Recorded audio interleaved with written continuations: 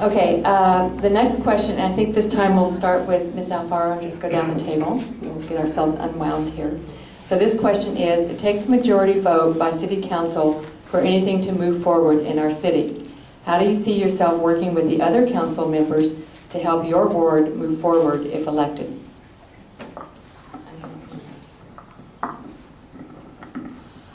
A lot of discussion would take place, and a lot of the discussion takes place before we even get to city council meetings, so I don't see any problem there. Thank you. Well, the Brown Act limits a certain amount of conversation. I'm probably, even before becoming a member of the city council, have a reputation of somebody who is I've been called an obstructionist already. I've been called someone who believes in no government, which is ridiculous. I have nothing against infrastructure. That's the point of paying taxes, to have good infrastructure. That's one of the basic services that we're the general welfare. That's what we're supposed to have. And so anyone that makes that argument is not thinking it through. In order to gain a majority vote with the current council on many issues, you would get a majority vote. I would just be the one voting no. In order to turn or convince council members that there is a better way to do things, one has to work with their employers. You are the employers. It is my job to make sure that you are talking to your friends in other wards and putting pressure on the other council members to do the right thing. If you do your work, we have to stop complaining about things are not getting done the way we want it. We have to stop throwing our shoes at the TV saying government is getting out of control. It's time for us to go to work. You convince your friends in other wards to put pressure on the other council members, and then we can get some real changes done in this city. We can get some real taxes lowered, or real tax lowering.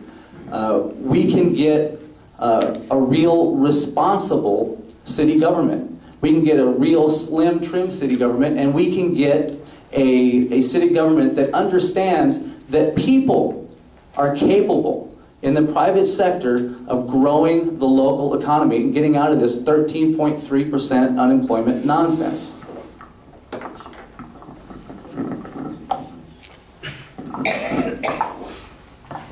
I don't know how many of you have read the paper over and over and over again from other cities where council people do not get along. Nothing gets done. You do not convince your council people. They just read the same material you do. And if it's a good idea for Riverside, we all agree on it. I don't remember working on a group, with a group that is so in tune to doing the right thing for the city as a whole. It doesn't really matter what part of town a library goes in. It's a good thing for everyone when there's a new library in town. If there's 2 or 3 libraries, it's even better for the city of Riverside. New fire station, new police stations. Those are good. You don't need to convince anybody that that's a good thing to do. And so as a rule, we agree on most things. And it just happens to be that this particular council is on the same page most of the time with our mayor and our city manager.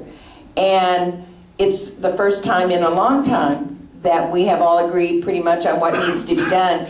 And you all are out there reaping the benefits and seeing the things that are getting done because we're all pushing in the same direction. And that's how things get done.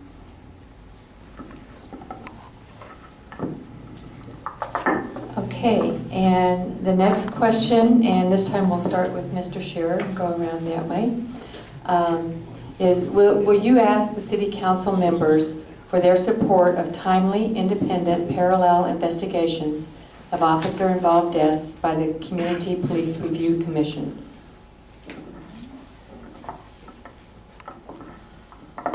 Well, when one says parallel, it sounds like simultaneous, and no, I would not support simultaneous investigation. Once the tape drops, go to work. It's important to have a transparent police department. As a matter of fact, the police department is an agency of the government, and so they needs to be a transparent agency. That's simple enough. So the spirit of the CPRC, I'm fine with. Absolutely, I have no problem with it.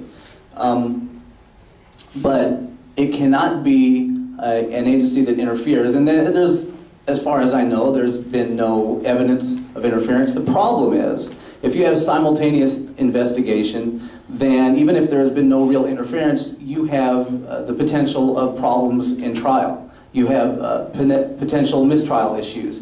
You have potential appeals that can drag things out and cost the taxpayers money. So it's just impractical to have a simultaneous investigation by the CPRC. The purpose of the CPRC, as I understand it, is simply to make sure that policy and procedure is followed. And as long as that's done, that's fine. Transparency in government at any level, in any form, is a good thing. I am satisfied that the charter for the CPRC, the way it's written, gives them all the rights they need to do their job. And as far as I'm concerned, that's really all they need to do, is to do their job.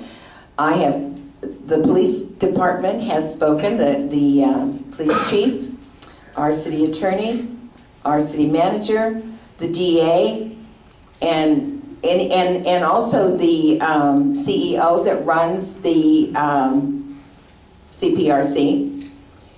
They all agree that everything that's written already serves the purposes that they need to serve to do the job that we have asked them to do. I, on the other hand, would want the CPRC to have their material a little bit more timely. The last deaths that we had were in September, and the CPRC doesn't even know when they're going to get the reports. Some more credibility to the CPRC needs to be had, and right now it doesn't look like it's a very credible department. Thank you.